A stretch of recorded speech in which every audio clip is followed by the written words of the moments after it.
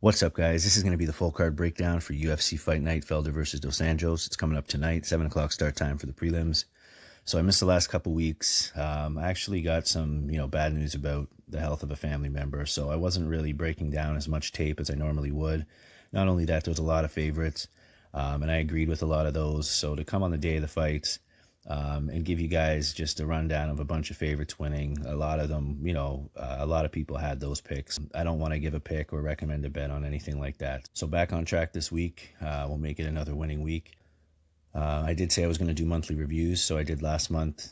Even though I did miss the last couple cards, still want to go over, how things went for the cards in between the last recap and now. So I think there was 3 cards. So I'll have a look at that real quick. So everything's still going pretty well. Last time we were 18-8.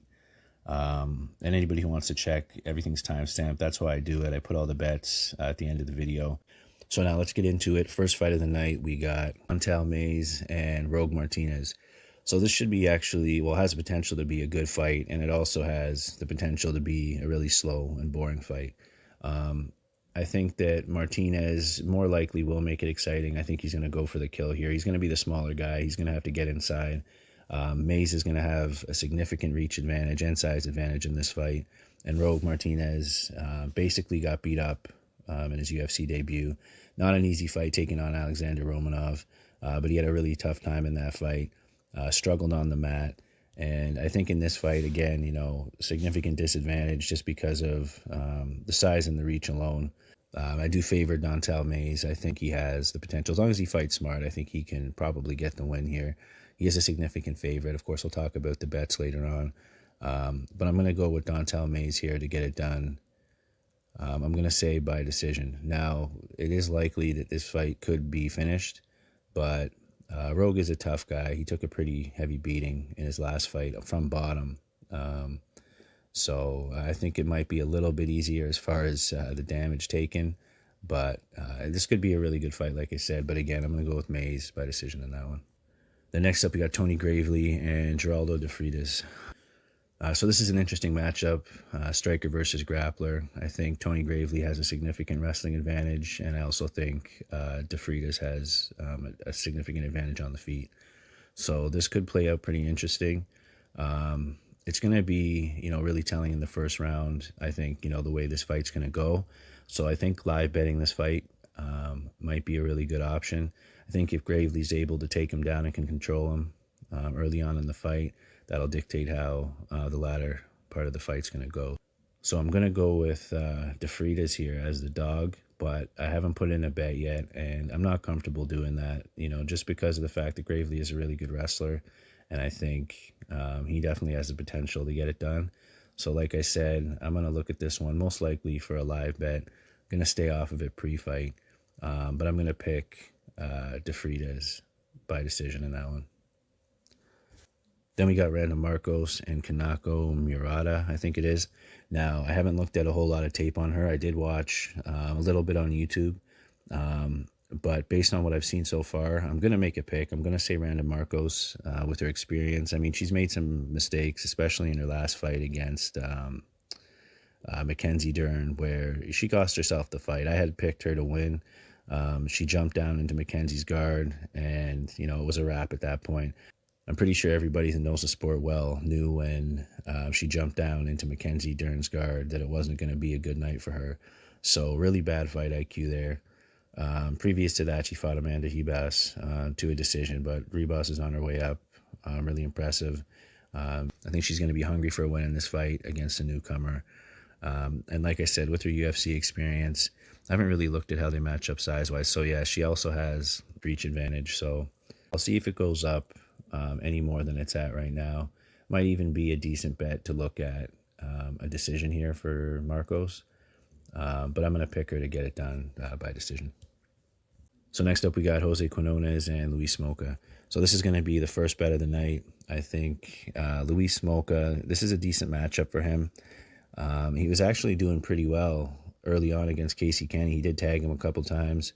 And I had picked Kenny in that fight, but I did think that even though he did lose in the first round by that guillotine choke, he did look okay in the first couple minutes. He did get caught, but Overall, I have been impressed in some fights with Smolka. I do think he has a lot of potential. He's just dropped the ball. Those 2 first-round losses, one to Matt Schnell, I think that was a couple fights ago, and then the loss to Casey Kenny threw a lot of people off. But he has had some good performances as well, and I think that it's a decent matchup for him here. So that is, again, the first bet of the night, Luis Smolka.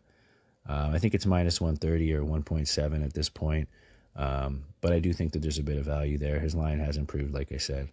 So I'm going to say Smolka by finish. I'll say in the second round. Then we got Alex Morono and Mckee. So this one's interesting. I do think Mckee's a pretty good fighter, or at least a pretty good prospect. He didn't look it against Kazmat Chimaev, but we've seen what Khamzat's been able to do. So can't really take much away from him for that performance. It does kind of throw me off that he lost to Granger, but that was back in 2018. Granger hasn't looked good as of late. So I won't be looking at Mckee as a dog pick here. He has to prove something in the UFC, and being fed to Chimaev in his first fight and basically being mauled the entire time. It's hard to pick him here, but I do think that he's going to put up a better performance than he did in his first fight. Alex Morono is a UFC veteran, coming off that tough loss against Chaos Williams, where he basically got blasted in the first minute. So I think that he's going to be hungry for redemption here. And I do think he should be able to get it done.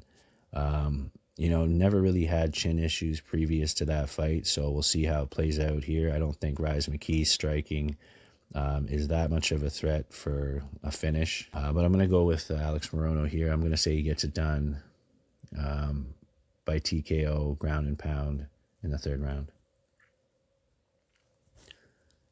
Then we got Ashley Yoder and Miranda Granger. So this is going to be the second bet of the night. I actually have a bet on Ashley Yoder. Looking at her record, it's not really that impressive. She's 7-6. And she did lose her last fight to Lavina Souza.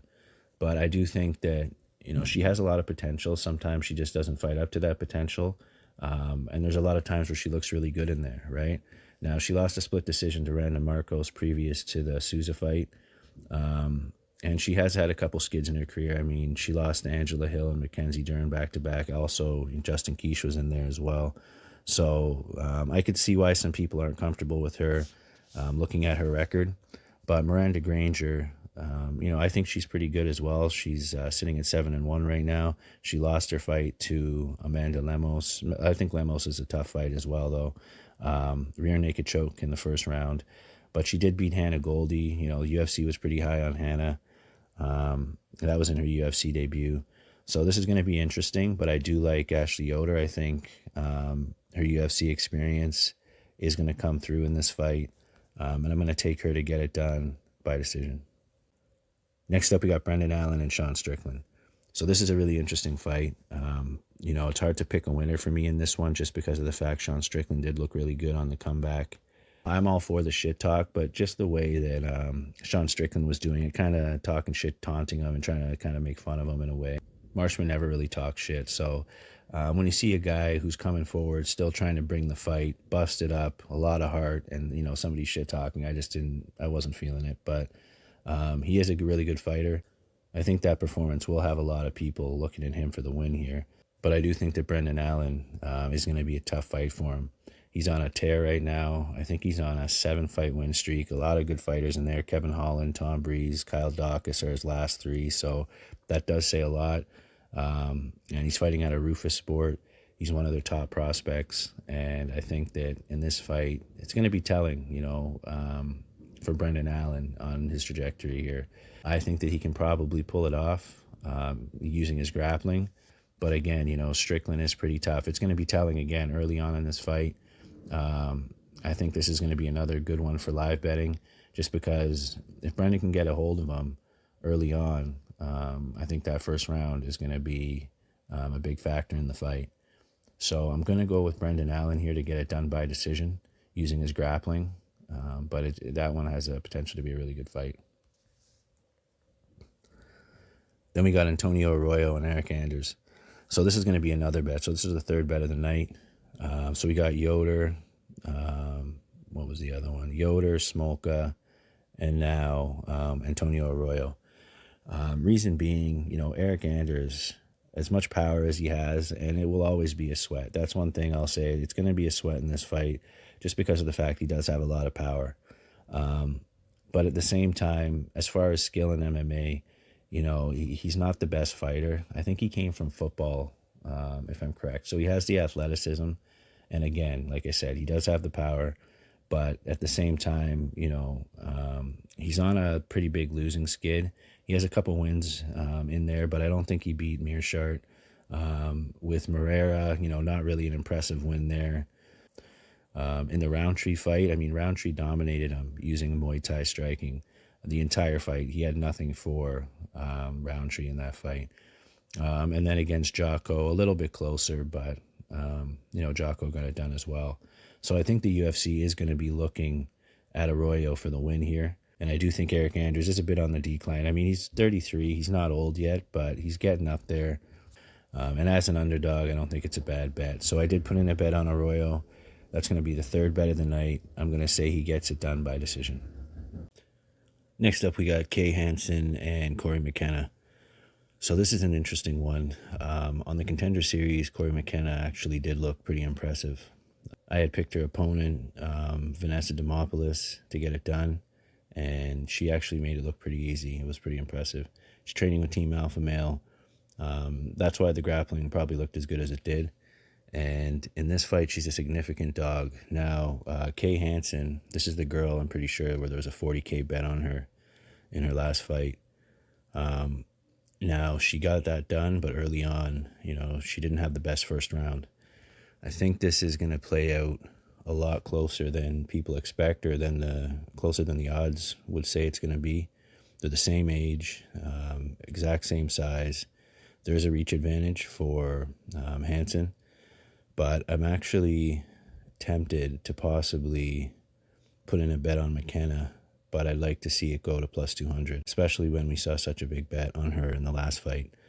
So I'm going to hold off on it. I do think Hansen is a tough girl, and, once she did get her grappling going, it was pretty dominant in that fight. So that would be based on the odds. I do think that Hansen should be a slight favorite, but not where she's at right now. So I'd say maybe, minus 120, something like that. Based on the odds, I'm going to pick McKenna, and I'm going to say she gets it done by decision. And if it goes up to plus 200, I'm going to take a small bet there. Next up, we got Abdul Razak Alhassan and Chaos Williams. So this one's a tough one for me to pick. Because of the line, I think, it is a bit off again here. I think Williams should be a little bit closer. Alhassan does have the UFC experience, but he was off for a while, came back, took a loss to Munir Lazez in his last fight. It is a tough one again. Because of the number, I'm going to go with Williams. I don't think he should be, close to plus 200. I'm not going to be betting on this fight, though. I think it could go either way, to be honest. Both of these guys are going to come in and throw big shots. I don't really think it goes the distance, but you never know. If these guys over-respect one another's power, we could see a bit of a staring contest. Alhassan does always come forward and put a lot of pressure on his opponent, though, so it should be an exciting fight, potentially fight of the night. I feel more comfortable going with Alhassan. I think he should be the favorite, but because of, Williams being plus 200, I think he has a better shot than that, especially when both of these guys are going to go in throwing bombs.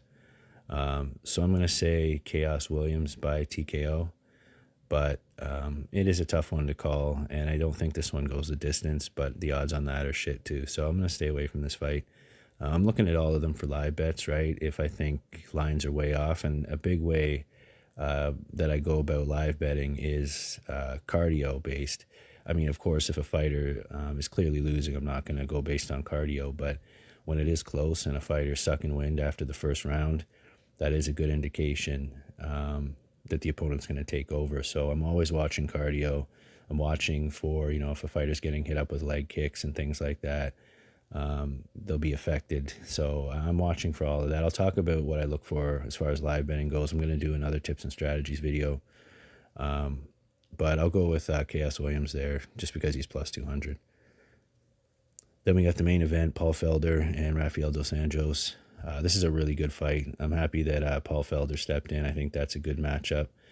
Not necessarily the best matchup for him, but I think it makes for a really exciting fight.